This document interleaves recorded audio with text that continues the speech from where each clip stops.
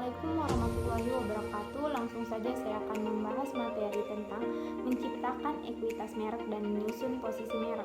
Sebelumnya kita harus mengetahui apa itu merek. Merek adalah nama, istilah, tanda lambang yang memiliki desain dan kombinasi yang ditunjukkan untuk memberikan identitas pada barang atau jasa dari salah satu produk untuk membedakan dengan para pesaingnya.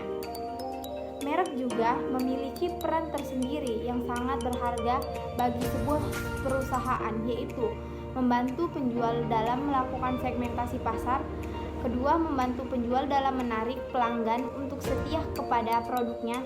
Dan yang terakhir, membantu membangun citra perusahaan. Mendefinisikan ekuitas merek.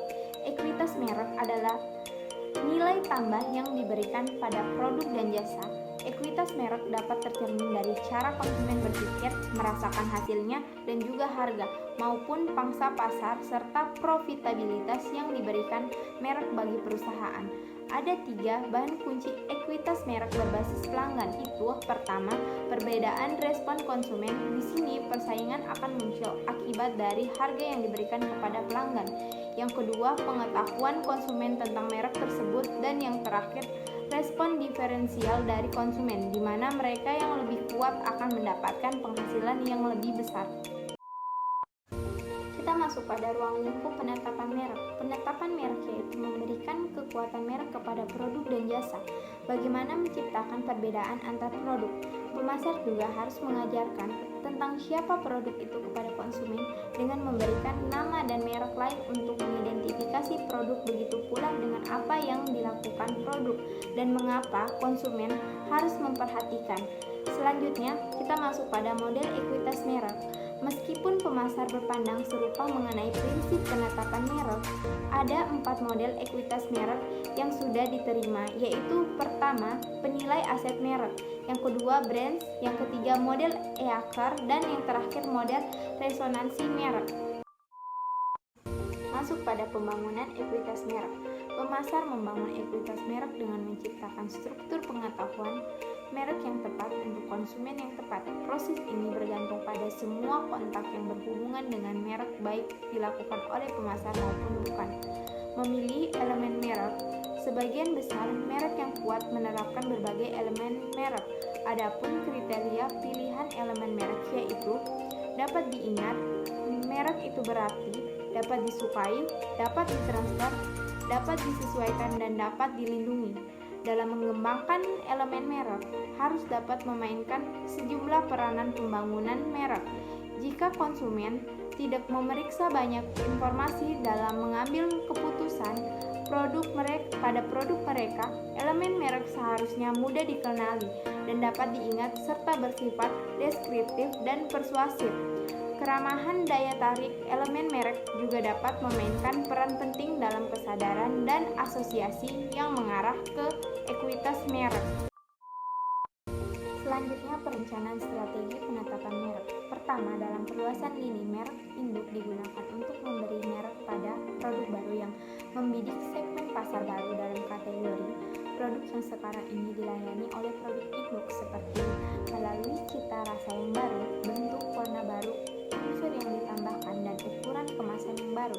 Kedua, dalam perluasan kategori, merek induk digunakan untuk memasuki satu kategori produk yang berbeda dari produk yang sekarang dilayani merek induk, seperti jam Swiss Army.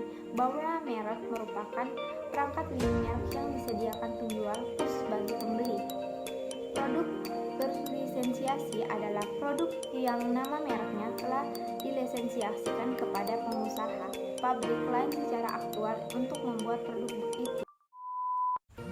Selanjutnya, ekuitas pelanggan. Ekuitas pelanggan merupakan konsep lengkap untuk ekuitas merek yang merefleksikan jumlah dari nilai-nilai seumur hidup dari seluruh pelanggan untuk sebuah merek. Terakhir, kita dapat menghubungkan ekuitas merek dengan salah satu konsep pemasaran penting lainnya. Tujuan manajemen hubungan pelanggan atau CRM adalah menghasilkan ekuitas yang tinggi.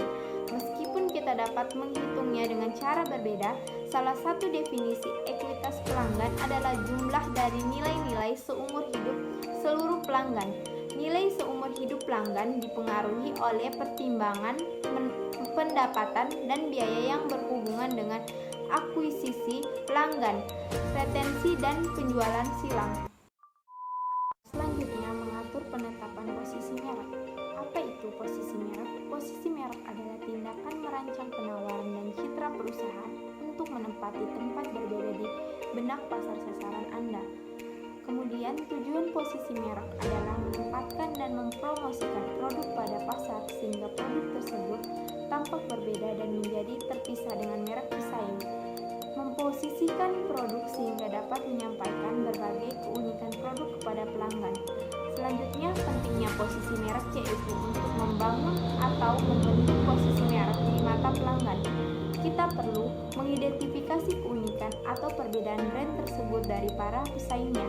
Keunikan atau perbedaan tersebut akan menjadi senjata untuk menarik perhatian pelanggan dengan membentuk sebuah persepsi. Terima kasih, itu saja yang bisa saya sampaikan. Kurang dan lebihnya mohon dimaafkan. Assalamualaikum warahmatullahi wabarakatuh.